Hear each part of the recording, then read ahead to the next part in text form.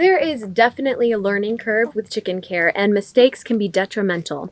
I'm going to share with you the top 5 mistakes that I made when I started my flock so that you and your chickens can have a safe and happy experience from the very beginning. Taking a little break to wrap one of the chickens because I have all of them pecking me to be held and I don't have enough hands. Before we really get into it, I'd like to say that thankfully none of my mistakes resulted in any fatalities, but hindsight is 20/20 and it's really helpful and important to reflect as you go so you can continue to learn and level up as a chicken keeper. And yes, I do believe that there are different levels when it comes to chicken keeping. If you end up finding this video helpful and informative, give it a like and let me know in the comments what you learned from it, or perhaps what you've learned from your own chicken experience along the way. I'd love to hear. Without any further ado, let's get into it, starting with mistake number 1. Not checking local ordinances and permits. Checking codes and permits is something that I would have done had I thought through what I needed to do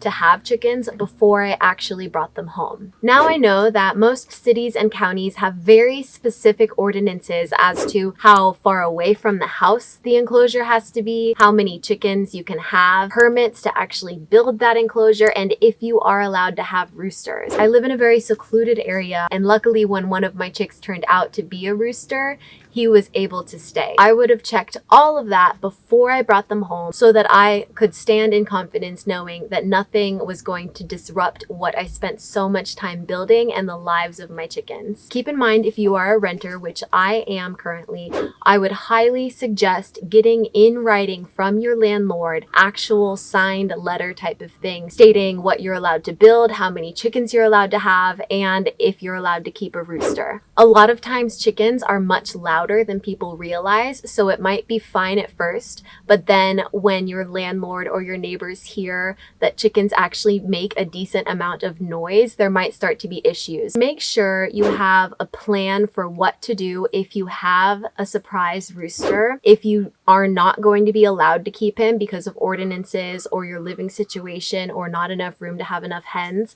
Make a solid, humane plan to rehome him in a place that does want a rooster, where he's going to be happy. Do not dump him. Do not give him to an animal shelter. It is your responsibility when you're starting your flock that if you do end up with a surprise rooster, you're going to figure out a happy, safe life for him, whether that's with you or someone else. All right, let's talk about mistake number 2. Not budgeting before you buy. If you think chicken keeping is going to be cheap, I highly advise you to think again. Many of the affordable pre-made structures advertise this easy, safe setup, do not actually provide enough safety and space for your chickens, so you're going to have to invest a lot of money in enhancing those setups, or you're going to have to build from scratch. Either way, both routes are pricey, and getting started does take a chunk of cash, especially if you're going to do it right. And it is my firm belief that it is your responsibility to do it right if you're committing to caring for living beings. I made a video of the top 5 safety features in my setup. If you want to check that out, I really go into detail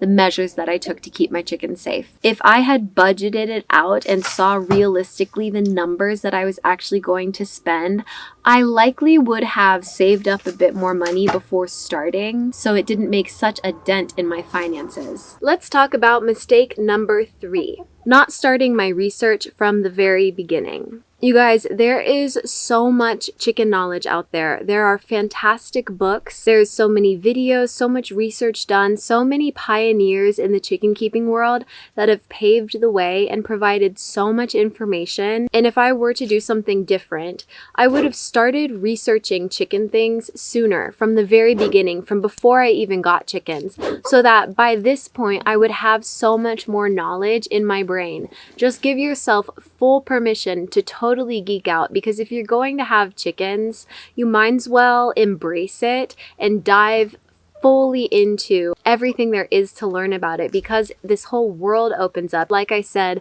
there are layers and levels to chicken keeping, so the sooner you start discovering that and researching that and getting truly curious about it, the more advanced you can become and the better you can care for your flock. Let's move on to mistake number 4. Bringing home before I built. These stores that have baby chicks in them know exactly what they're doing. They know that people impulsively bring home chicks. They thrive off of that, actually, because then you need to impulsively buy the starter feed and the feeders and the waterers and the tubs and the shavings and the heat lamp. I fell for it. I walked over to those little cheaps and I lied to myself. I told myself, just pick it up and hold it. You just want to hold a baby chick, that's all. You're not holding it because you're going to take one home. You're just holding it because you need to be reminded about how cute baby chicks are. Well, guess what? Baby chicks are really effing cute, and they are almost impossible to put down once you pick them up.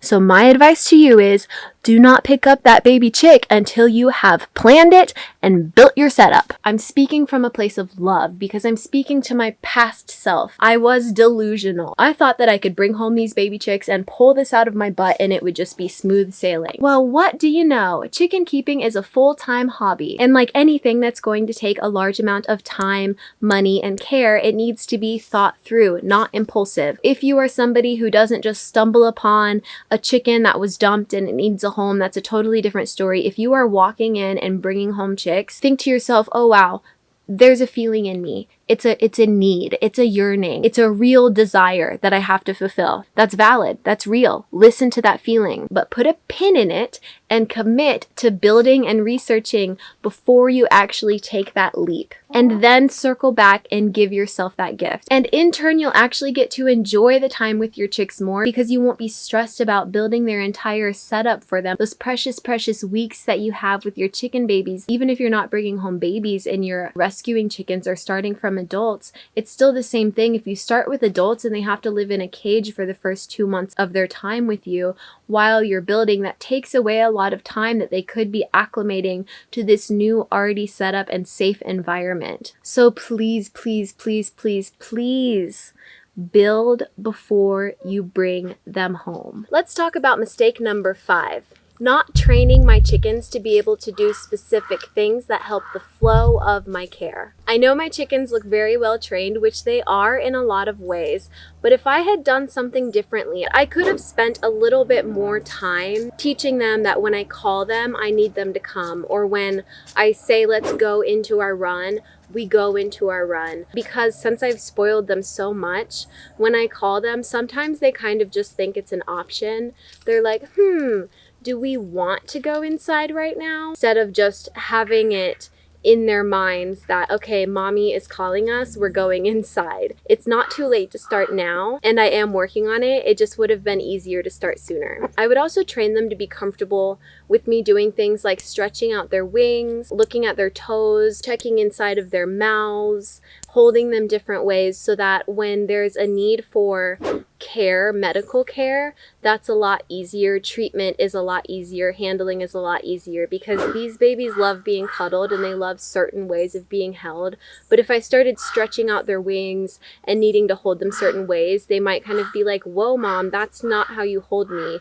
We're not going to let you do that. As amazing as they let me handle them like this. So my advice to you is to think about what types of ways you're going to need to handle your chickens, not just in cute ways, but in ways that help